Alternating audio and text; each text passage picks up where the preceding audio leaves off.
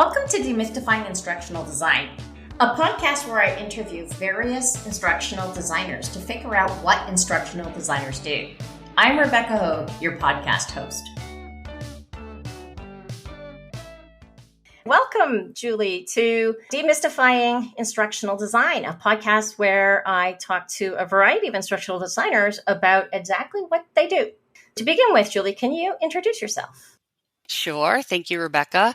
I am Julie Havill. I'm located in Bloomington, Indiana. I've been doing instructional design specifically for just about 10 years. I've been working in training, learning, and development most of my career, so just around 20 years.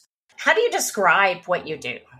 Yeah, that's a challenging one. And I think the title of your podcast is quite relevant because I often do feel like I have to go into a longer explanation than I'd like to about what it is that I do.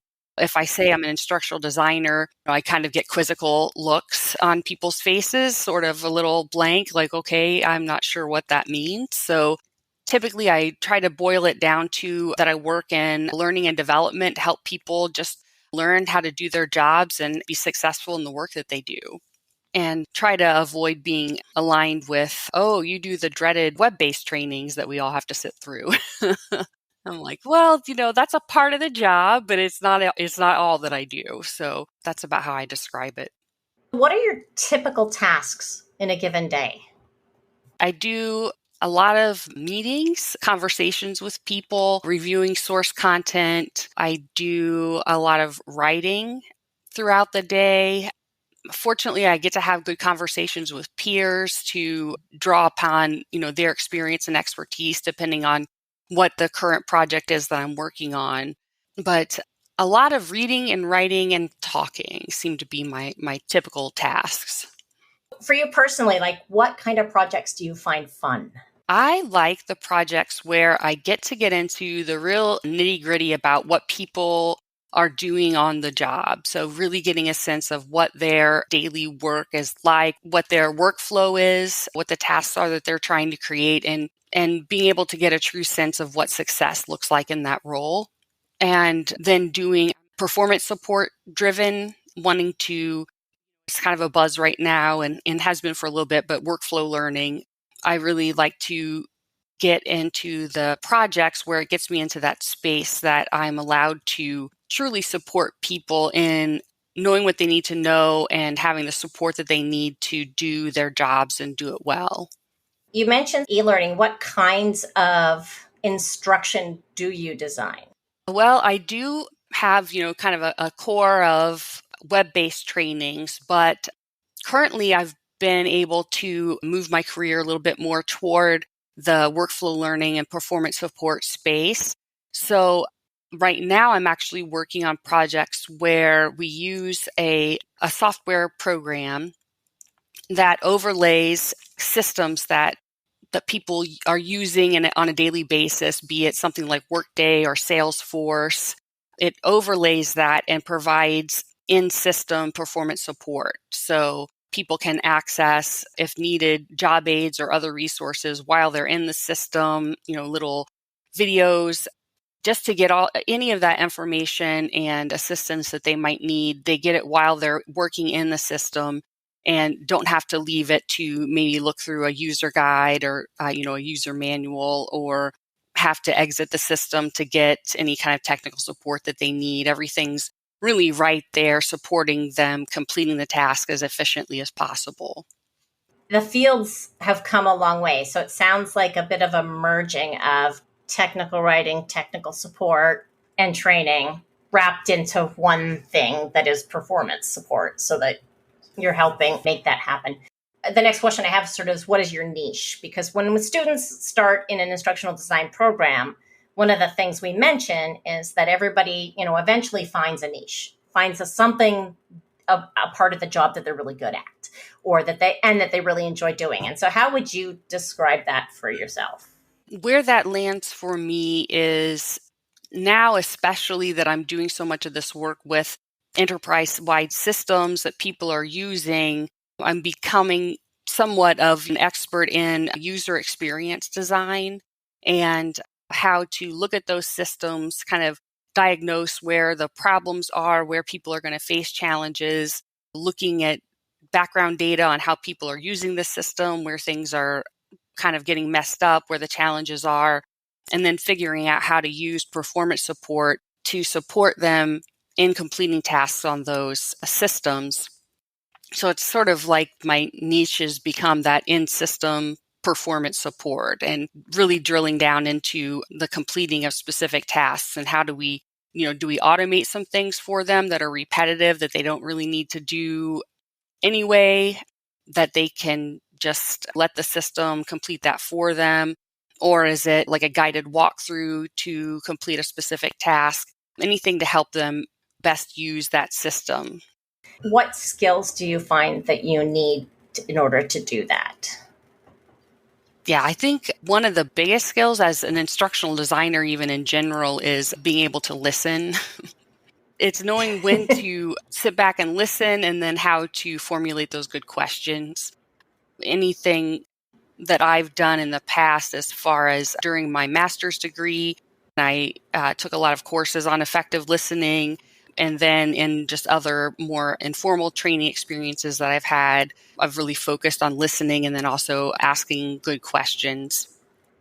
And that helps with what I'm doing right now because I can hear from the people who are using the system. I can hear from the people that are administrators of the system, the people that are on the downstream effects of people not using the system appropriately, can get gather all of that information and then turn it into some sort of solution that supports people, as they're using the system to address kind of everybody's concerns. What do you find your biggest challenges are? I think one of my biggest challenges is handing over things for people to review.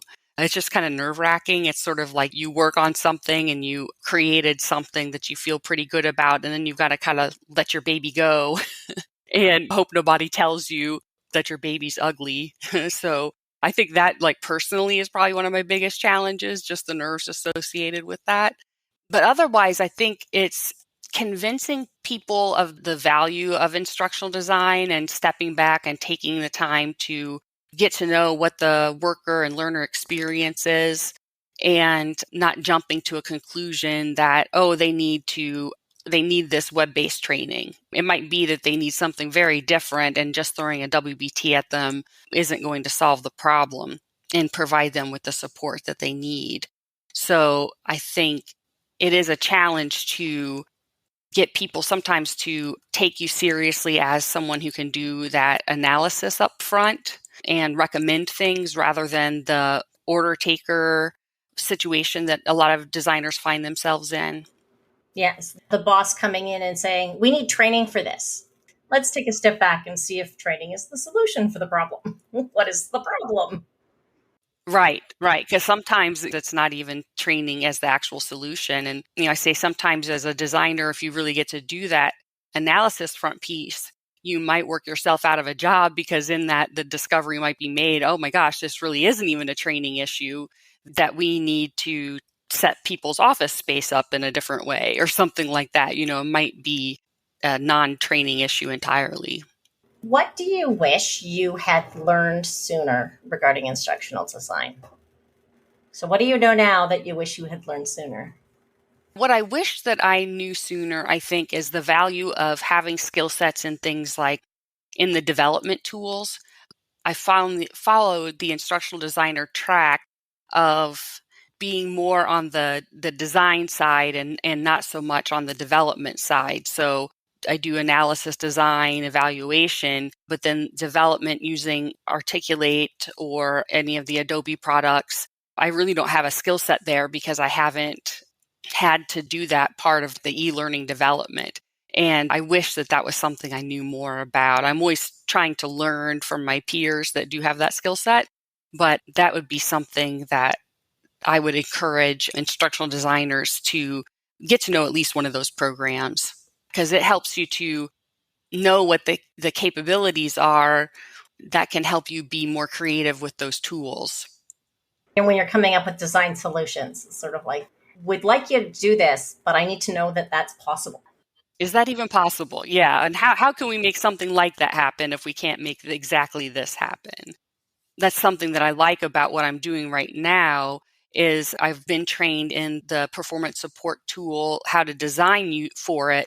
But I've also been trained basically how to develop in it. So as I talk to the developers, I'm like, I need this question mark to appear here and stay here when the page is refreshed or something like that.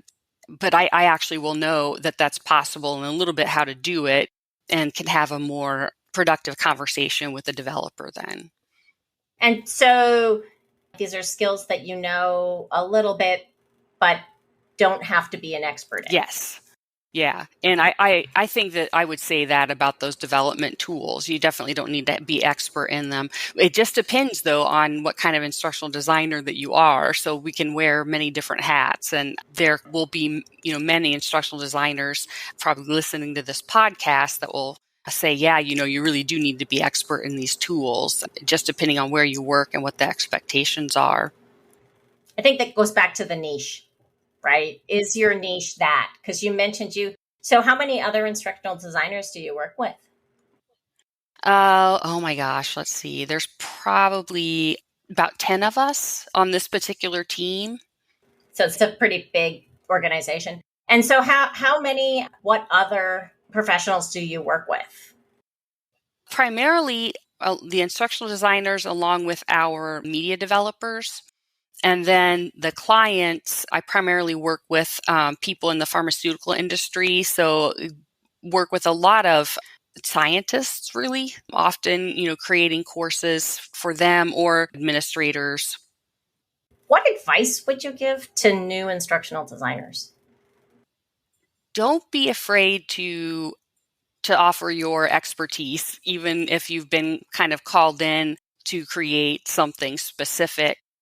Find a way to have a conversation with whoever's made that request of you to take it back a step and, be curious about why is that particular, solution, why has that been selected? What's the problem that you're trying to solve for? What have you done, in the past? What's the experience of your learners, on a daily basis, just to start to tease that out a little bit and see if you can't find a better solution. It could be what they've ordered is actually the right thing, and that's great. When that happens, it can validate the request, but it's also really energizing when you can help shed light on an issue and add that additional value. So the last question I have is, what is your prediction for the future of instructional design? That is a good question. I think that the opportunities for instructional design are going to continue to grow. In my experience, I've seen learning and development become more and more valued and starting to get a seat at the table where, it really wasn't before. It was kind of what's sort of happening. We send that over to training and they take care of it. Whereas now learning and development representatives are becoming more of a part of the conversation around meeting business strategic goals, that kind of, fulfilling missions, that kind of thing, seeing how someone representing learning and development can really contribute to those broader conversations. To me, it sounds like the increased value and the understanding of the value of an instructional designer to the organization is increasing. Yeah, I really think so. Like I said, I've been doing it for a while, and I truly have seen where our clients are asking for more analysis type projects so doing some analysis on the front end rather than just saying, well, we've thought about it and we think we need this. They're coming to us and saying, here's the challenge that we're having. We'd like to look at it from a learning and development perspective, and help us with this. What do you think? Well, I want to thank you very much for coming and talking to me today about this. Thank you very much. You're very welcome. You've been listening to Demystifying Instructional Design, a podcast where I interview instructional designers about what they do. For show notes, go to demystifyinginstructionaldesign.com. If you enjoyed this podcast, please subscribe. Thanks.